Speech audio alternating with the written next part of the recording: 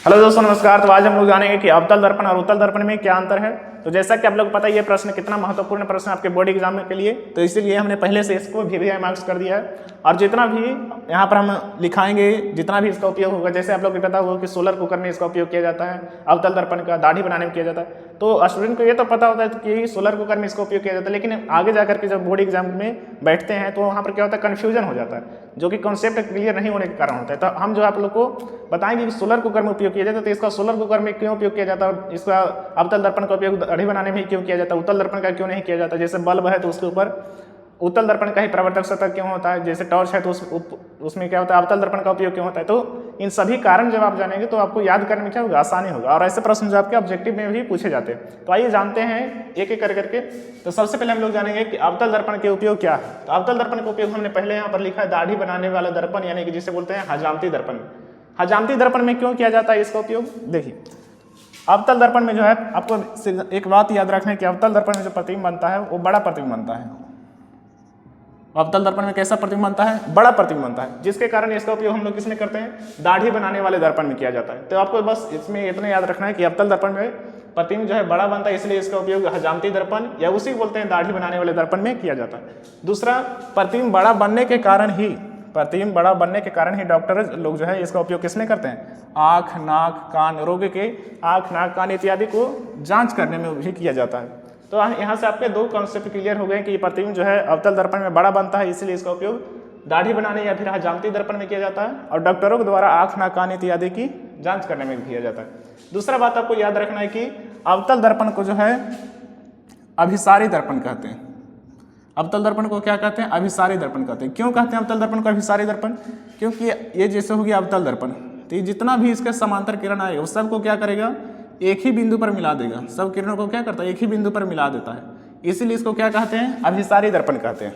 इसलिए इसको क्या कहते हैं, अभिसारी दर्पण। तो अभिसारी दर्पण इसको कहते हैं, इसलिए इसका जो उपयोग है सोलर कुकर में भी होता है। कैसे, जैसे सोलर कुकर जो है सौर ऊर्जा को क्या करता है कि विद्युत ऊर्जा में रूपांतरण कर देता है। जो सूर्य से प्रकाश आता है, इस मान लीजिए यहाँ पर सोलर कुकर लगा हुआ है और यहाँ से सूर्य का प्रकाश आ रहा है, इसको आप समझ लीजिए तो आपको याद हो जाएगा।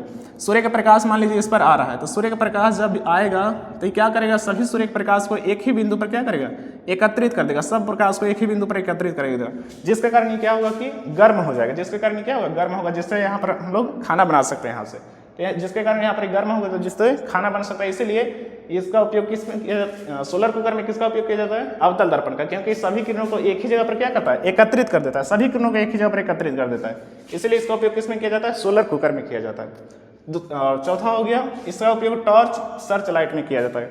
जैसे आपने देखा होगा, क्या बोलता है उसको, टॉर्च साइट, क्या, लेजर लाइट, सर्च लाइट यानी कि लेजर लाइट की बात कर रहे हैं हम लोग। तो लेजर लाइट में क्या होता है कि उसमें एक बहुत ही पतली किरण निकलती है। तो उसमें ये पतला किरण क्यों निकलता है, क्योंकि वो जो है अवतल दर्पण के ऊपर उसके ऊपर जो परत है वो किस दर्पण का, अवतल दर्पण का। और अवतल दर्पण सभी किरणों को क्या करता है, एक ही जगह पर एकत्रित कर देता है, जिसके कारण उसका जो सर्च लाइट से जो किरण निकलता है कैसा होता है, पतला होता है। उसी प्रकार जैसे आप टॉर्च देखेंगे, मान लीजिए कि कोई एक अंधेरा कमरा, उसमें एक टॉर्च जलाते हैं, तो उसमें जो है जहाँ से टॉर्च का किरण जाएगा सिर्फ उतना ही भाग क्या होगा, उजाला होगा, जबकि पूरा कमरा उजाला नहीं होगा। लेकिन जैसे ही हम एक बल्ब जलाते हैं तो पूरा कमरा क्या हो जाता है, उजाला हो जाता है। तो ऐसा क्यों होता है, क्योंकि टॉर्च के ऊपर जो दर्पण लगा हुआ है वो कौन सा दर्पण है, अवतल दर्पण। और अवतल दर्पण सभी किरणों को क्या करता है, एक ही जगह पर एकत्रित कर देता है, जिसके कारण सभी जगह पर प्रकाश नहीं फैल पाती। इसीलिए टॉर्च हो गया, सैटेलाइट हो गया, इस समय किसका उपयोग किया जाता है, अवतल दर्पण का उपयोग किया जाता है।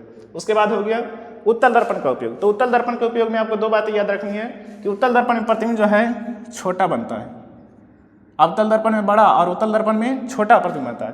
इसीलिए इसका उपयोग हम लोग किसमें करते हैं, वाहनों में साइड मिरर के रूप में, या फिर साइड मिरर यानी उसे बोलते हैं पश्च दर्पण, यानी कि पीछे देखने के लिए जिस दर्पण का उपयोग किया जाता है उसे बोलते हैं पश्च दर्पण। तो पश्च दर्पण पूछे या फिर साइड मिरर पूछे, दोनों में किसका उपयोग किया जाता है, उत्तल दर्पण का। अब जैसे देखे होंगे आप लोग, जब आप बाइक चलाते हैं तो उसमें क्या होता है कि पीछे से कितना भी बड़ा या लंबा कोई भी गाड़ी आता है, जैसे ट्रक बस हो गया, तो वो सब क्या होता है, बहुत ही छोटा दिखाई देता है, जिसके कारण दूर से कितना भी बहुत सारा भी अगर जो गाड़ी ये सब आएगा तो क्या होगा, उसमें दिखाई दे देगा। इसीलिए हम लोग उत्तल दर्पण में साइड मिरर का उपयोग, साइड मिरर में किसका उपयोग किया जाता है? उत्तल दर्पण का उपयोग किया जाता है। या फिर पश्च दर्पण में किसका उपयोग किया जाता है? उत्तल दर्पण का। उसके बाद हमने लिखा है कि बल्ब के ऊपर परावर्तक सतह, जैसा कि अभी हमने आपको बताया कि जिस कमरे को पूरा अगर जो इंजोर करना है तो उसके लिए हम लोग को क्या करना है? बल्ब जलाते हैं। तो बल्ब क्यों जलाते हैं? क्योंकि बल्ब के ऊपर जो परावर्तक सतह है वो अवतल दर्पण का है, उत्तल दर्पण का, सॉरी उत्तल दर्पण का है, जिसके कारण क्या होता है? उत्तल दर्पण को कहते हैं अपसारी दर्पण। उत्तल दर्पण को क्या कहते हैं? अपसारी दर्पण। और सभी किरणों को क्या करता है कि फैला देता है, इसीलिए इसको क्या कहते हैं? अपसारी दर्पण। सभी किरणों को भी फैला देगा, इसलिए इसको अपसारी दर्पण कहते हैं। तो जैसा ही जब यहाँ से प्रकाश इस पर आता है तो सभी किरणों को क्या करता है? जो परावर्तक सतह रहता है, ये हो गया, मान लीजिए बल्ब हो गया, तो यहाँ पर जो बल्ब रहता है यहाँ से क्या होता है? प्रकाश जब इस पर आता है तो सभी किरणों को फैला देता है, जिसके कारण पूरा कमरा क्या होता है? इंजोला हो जाता है, यानी उजाला हो जाता है। इसलिए इसका उपयोग हम लोग उत्तल दर्पण का उपयोग किसमें करते हैं? बल्ब के ऊपर परावर्तक सतह के रूप में करते हैं। तो उम्मीद करते हैं आप लोग को यहाँ तक समझ में आ गया होगा। और नेक्स्ट वीडियो हम लोग इसके आगे हम लोग जानेंगे कि अब दर्पण का सूत्र क्या है, यही एक बच गया है। तो उम्मीद करता है आपको लोगों को वीडियो अगर पसंद आया हो तो लाइक जरूर कीजिएगा और चैनल पर न्यू है तो सब्सक्राइब जरूर कीजिएगा। मिलते हैं नेक्स्ट वीडियो में, तब तक के लिए धन्यवाद।